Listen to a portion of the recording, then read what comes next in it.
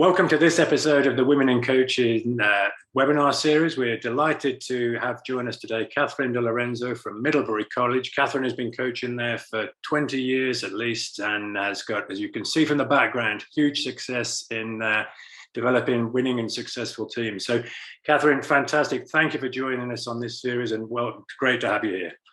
So happy to be here. Thanks, Craig. All right, we're going to kick off with these questions. The first one, as we start with always, is if you could briefly describe your coaching philosophies for us.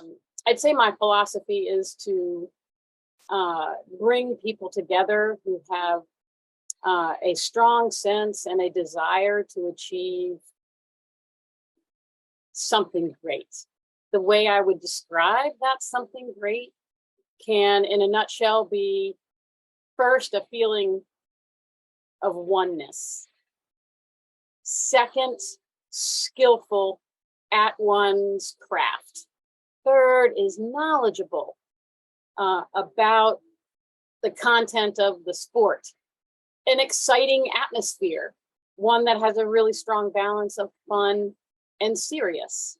I rely a lot on the members of my team and my assistants to provide the fun. I tend to be a very sort of directed, uninterrupted, focused kind of person when I get to something. Embedded in the philosophy also is just as high a level of preparedness as is humanly possible. I really enjoy going to the ends of the earth and back for the team to look for opportunities to be creative or to simply get better at a basic, to enjoy competition for competition at its core, and to never talk about winning or losing, just playing. Fantastic. You mentioned the term oneness there, which was quite sort of just struck me there. And I noticed in the background, in amongst the trophies, they look to be sort of memories of teams of years past, and how important is it for you to build, and how do you build that oneness that often might be called part of culture? What are some of the things that you might do to really get a group together and working nicely together? Well, we talk about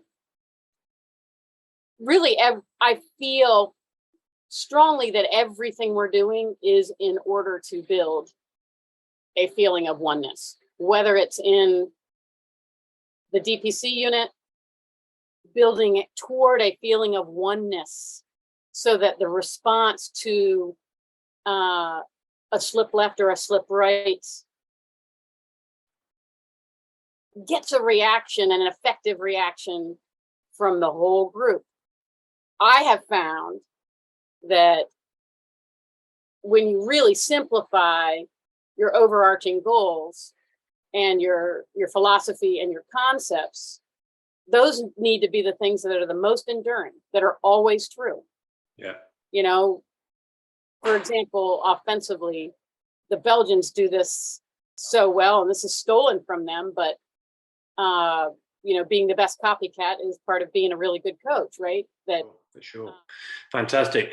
Just moving on, who've been the big influences in your coaching career? I can certainly name several, but I think the first thing you sent me this question, and I really was excited to answer it, because I think that there are categories of people for me, sort of the tough love people that you were really like, oh, I hope so-and-so doesn't come by today because he always asks me questions, or she always asks me questions that are like, I'm not good at that yet. I don't know. So I'd say my tough love category, or my wiser than my years category, those were big influencers. And I would put Bill Beanie, who was our longtime, very, very successful ice hockey coach here at Middlebury. He's a lifelong teacher. He's always comes by after practices, not after games, because he, like me, or like I am, way less concerned about wins and losses. Very, very intrigued, interested, and invested in everybody's growth as a teacher and a coach. So Bill Beanie, I would say I would put right at the top of that, especially as regards like X's and O's and how to really teach a team how to play. Yeah. You know, creativity. My own husband, he was a longtime basketball coach, Katharine DeLorenzo. His thinking outside the box in terms of things like offensive efficiency ratio.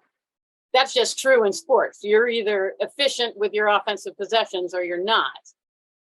And, you know, teaching me to, you know, I didn't have coaches as I was coming through as an athlete that taught me the inner workings of team development and, you know, developing a particular sport and breaking it down and how to be on the same page as your teacher. So the inventiveness, the sort of staying ahead of the curve analytically, certainly my husband played a big part in that. I'd say for the first half of my career, I bristled at almost every suggestion. But as I look back on my career, the things that I did absorb or that did cement themselves with me have made a huge, huge difference. And I enjoy more than ever, we enjoy talking now because we're really just talking. Yeah. You know, I'm not anxious about the questioning. Yeah. One of the things I've done for the last 10 years or so is just to use that time to go embed myself in, you know, Pam's practices at Duke or Jared's practices at Ohio State, Nancy's at UConn. You know, all these coaches who've been so welcoming and willing to let us be a fly on the wall. And I'd say that has an equal amount of impact because, you know, you can pick and choose like, oh, I don't think I'd ever do that. You know, I don't, and then you hear one thing like Nancy Stevens, you know, I didn't scribble things down the whole time, but boy, I came away with the term energy of the defense. What a brilliant phrase she used to refer to a way she wanted her teams to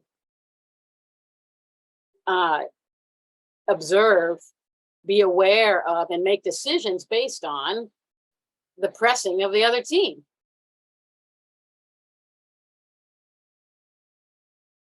Opponents whose teams were just better than mine at any given time. You know, Nikki Pearson at Bowdoin, they were way better than we were defensively, and we couldn't beat them, you know, for 8 or 9 years. And so Tina McDavitt at Tufts, you know, I would say those two teams had been almost polar opposites, but we had sort of equal amounts of difficulty meeting the challenge of, for example, the Bowdoin defense. My own best opponents, and I would put Nikki's teams and Tina's teams at the front of that. You know, we have a really strong conference, and when you have maybe the strongest conference in the country in Division III, and you play those teams the most often, the highest level of familiarity makes it harder. And there's a great point you make. And I think for coaches, you know, maybe on the earlier part of their journey, who might be watching this, I think that's an important piece. You spoke about the greatest copycats. You know, that's what coaching sometimes is and often is. And there's like this notion that we have to recreate or redesign or redevelop everything from, you know, page one onwards is, you know, it's not the case. This stuff generally is sort of taken from somewhere, as you said, whether it was interesting you talked about your husband's basketball experience. Mm-hmm. There's a huge amount that you can take from other sports. And I had a coach that was a big basketball fan, and a lot of what we did in posting up, screening, passing away from the defense, shielding, all of that stuff was part of our hockey vernacular as I was growing up, just because he got a background in basketball. So yeah, absolutely fantastic. When we talk about values, what are important values for you as a coach? My biggest one, honestly, is self-reliance. What might that look like? Talk me through someone who, when faced with a normal challenge, will look to herself first and last, will use you as a resource, but not need you to solve the problem. And what does that look like? someone who's hungry to solve the problem, is more interested when it gets harder. Be on time, be enthusiastic, give all you have all the time, be kind to everyone, and pick up after yourself. Do you have any rules of thumb that you adhere to? Be on time, be enthusiastic. And anytime we have an interpersonal conflict or struggle or anything that is sort of off the field and human, we can really say that our time is well spent. So I really feel as though that's my other expectation of myself, rules of thumb for me. Yeah. They're so busy. They're so high achieving academically. My biggest thing as a coach is to make sure I never ask of them to come together, to be with me, unless their time is going to be well spent. That's a great point. Yeah. Great point. So if we don't need to practice, we're not going to practice. Yeah. There's a depth of experience that you just highlighted with an answer like that. Whereas a coach, if we're not going to get out of it, it's what we think we need to get out of it, then we won't do it. I think that in some ways is a real brave and courageous move. We have to step back and say, right, today is not the day for this. We're better served to go and spend our time elsewhere and come back at another moment where there is value and we're going to see production from this. So I think that's a really, again, a great point for young coaches who sometimes, or less experienced coaches that feel like I've just got to hammer. And that's not always the best way. Sometimes it can be great just to, I remember I surprisingly gave a group an afternoon off, and it was just like the greatest prize they could have ever had. And they came back the next day with huge energy, just little things like that. Just what were the top one or two key characteristics that you look for when you're looking at, players? What makes a great player? Well, we've talked about self-reliance and resilience. So I'd say grit, hockey skills for sure, or an aptitude at least for the next level of, and I'll talk about that just in a second. Empathy for others. One of the things I watch when I'm looking at film, especially after I've met a student, like not right from the start, but after I've met somebody and just watching some game film, is how do they celebrate? Whose arms do they run into? Who runs to them? How do they talk about their coaches, regardless of how good their team is? Interpersonal ability, empathy for others, and certainly athleticism. How do we get big, strong players on our team? We're looking for multi-sporters. At least 50% of each of my classes, I'll look for multi-sporters who show a real aptitude, self-reliance, totally gritty, super resilient, have good enough hands to indicate that they could make progress with us, but are ridiculously beyond most athletes we get athletically. There's different ways to build a team, and there's different characteristics and qualities and skills that you look for. And the role of us as lead coaches is to try and sort of see through that and pull it all together. But that's a fascinating answer. I appreciate it. Sticking with that sort of theme of teaching and learning and developing and advancing, what do you feel is the hardest thing to coach? I don't think it's the hardest thing to coach. I think what's probably been the hardest thing for me to coach has been something I've spent the least amount of time on: off-ball movement, especially ahead of the ball. Okay. Yeah. Maybe you'll get a call from me in a couple of days, or we can sit.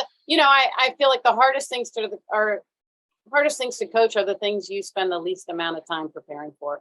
Yeah, that's a great point. Because it's not something I always tell my team. Nothing we are going to do is as hard as anything you are doing in the classroom. Yeah. Period. Yeah, that's a great point, actually. And again, a great insight there. I think I've never really thought about it like that, but it's the things that we don't like to do, or like you said, we don't invest the time in doing. Those are the things that we probably steer away from, and again, play to our strengths and sort of just push those to the background a bit. But that's a good point. Yeah. So if I were to wander past your practice session and just observe a bit of training, what would I see? What are the Middlebury trademarks that I would see at practice session? Oh, yeah, you would see a lot of the same things every day. You will see every single day something called a hit block and an outlet series. You'll see a ball routine series that the team does after they do their dynamic warm up. And they understand why it's that series. You know, it will demonstrate every catch at every position that they need to do at least 5 times, right? So they run through this so that they have at least done, you know, every sweep, every push, every throw, every hit, at least a couple of times. There's nothing that hasn't been touched on. It's their time to warm up their body as well. But the first thing we do is we play a small game. You know, one of the games that I was talking to you about yesterday is that we use every day. You know, we'll jump in and they know we're going to compete right away. And they know that they're competing at that. Their number one priority is to get a sense for where their body is today. Number 2 priority is to begin making decisions at speed. Right? Yeah, it's great. Again, very helpful and insightful there. I think what you've spoken to there is you spoke about the dynamic warm-up, and then you get into a routine, as you put it, which is going to not routine. replicate, you know, a lot of the motions and the actions, and that for me that's the sense of priming. So you're priming the body and the functions and the movement, and then when you get into your small game, you've got exactly as you said there, you've overloading the decision making, the problem solving, which is really a nice way to get practice up and running. So thanks for sharing. Next question, and I'd be interested to see where you go with this. Who is your toughest opponent, and why is that the case? So toughest opponent is the next one, is the stock answer that I really believe that. Toughest opponent is the next one. I don't treat my preparation for any team differently because I think one of them's good. And one of them might not be as. But I'd say sort of track record is that the toughest teams to get the ball into the other end of the field would be against Tufts. The toughest team to get into the circle against would be Bowdoin. And the toughest teams to defend their quick starts, their overheads, their unpredictability, Williams for sure. The toughest team to defend their very nice disciplined passing game and structure, Amherst, you know. So it's you got a lot of different things to think about in your preparations, right? Yeah. And sometimes I think other teams move on, and it takes me a while to, maybe any coach, to shed that old impression of them. Yes. And to not. So another phrase that we use every day within our program is what you see, whether you're watching film or I'm watching practice or a teammate is watching the back line and she's trying to lead off the ball or whatever it is, what we see depends entirely on what we're looking for. Now, this whole series comes under the umbrella of women in coaching. What advice do you have for women that are looking or just getting into coaching in the early part of their careers? Well, look for as many opportunities to coach as possible. You know, coach in the Nexus, coach for different tournaments and camps, meet other coaches. But in terms of running your own team, I would say do everything you can to stay ahead of the needs, the questions, the planning of a team. That's really the role. Thinking ahead, staying ahead. Being a reactionary coach just isn't the best you can be. I think it's clear from people that will, when they watch this, they'll see that again, one of the things that's struck me through this conversation is, you know, your willingness and desire and openness to go and look at other spaces, to look at other sports, to speak and meet with other coaches. And I think that is a key element. And to hear it from somebody, you know, that has got 20 years plus behind them as a coach, as a head coach, I think for young people on the journey, that is a great message to hear, is that if we've got people of 20 plus years experience that are still getting out and are curious and are, you know, asking questions of other people, I think that's a really, really good message to give. So I appreciate that. I was a 3-sport athlete. You know, every fiber of my being wanted to be on the field or in a game or whatever. It didn't matter. You know, I was late for siblings' weddings and stuff like this just because I was playing, right? And but I'm a musician by trade, actually. And I jumped ship on my career because sports just kept pulling me toward it. But I didn't have any formal training. I was a Division III athlete and old school type, some wonderful coaches. But, you know, I didn't have any professional coaching exposure or training. Yeah. It's fun to get to the other side of a problem. Yeah. And I've never been able to do that all by myself. I've always had to, you know, create lifelines. And I've enjoyed doing that. Those some of my closest coaching colleagues are the ones who, you know, dug into questions, Q&A with me.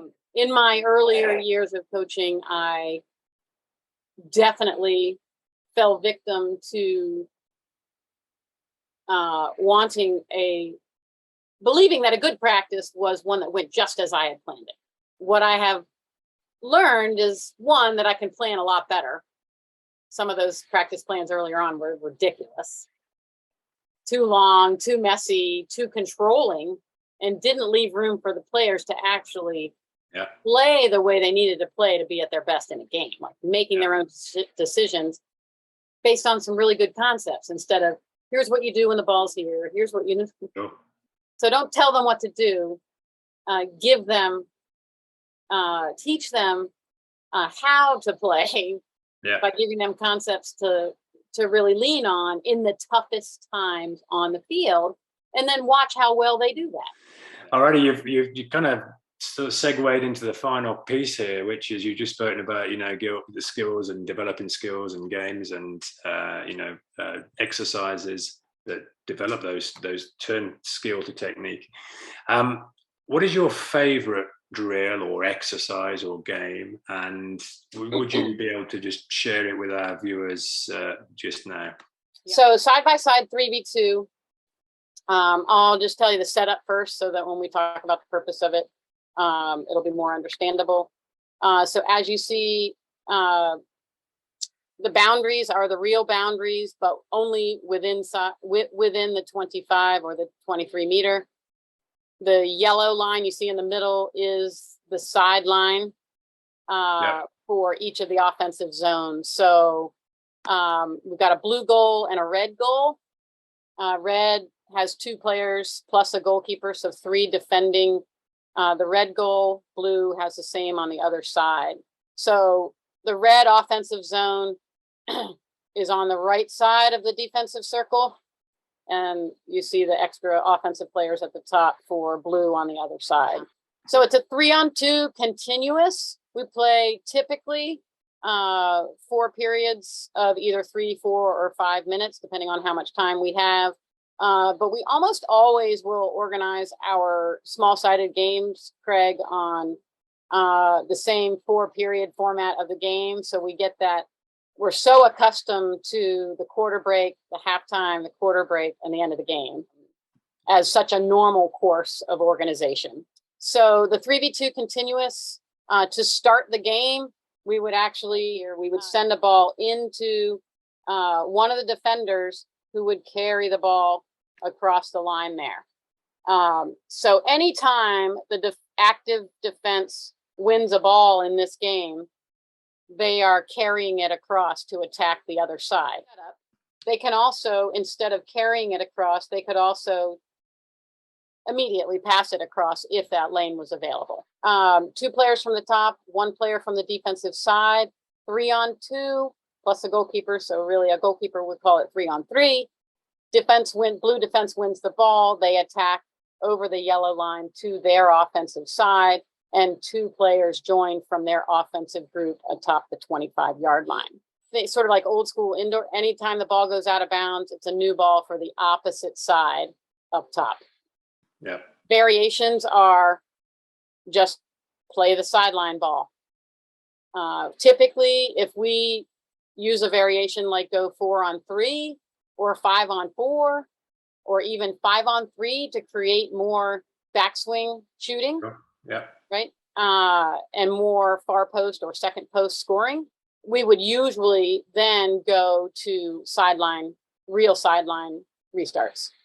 Yeah. But this space is pretty large for a 3-on-2, and we'd spend a lot of time carrying the ball if we actually use the sidelines. Yeah, it's a great, I mean, the 3v2 is a great foundation for all the things you've spoken about there. And what I think I agree, what I like about it, I've just spent hours like you doing 3v2s, the configuration, the constraints, the modifications, they can be just so quick and easy to change. It completely changes the focus of an exercise or the game in this case. So yeah, it's for any coach that, I mean, I'm sure 3v2 is a staple for a lot of people, but I quite like, one question I have on this is that I would typically run this one going one way, one going the other way up the different sides of the field, So, well, Katharine, we're at the end of our time here, and I just wanted to finish by thanking you so much for sharing with us and being with us and taking the time to provide what I think are some great insights for all coaches. And I'm sure when people watch this, I'll take a lot, as you do in your world, you'll take lots of little things that you think, that really could plug into my program, and that's going to be helpful for me. So thanks for taking the time to be with us. We appreciate it, and good luck with this preseason and the next season coming up, and we'll talk to you soon. Yeah, thanks so much.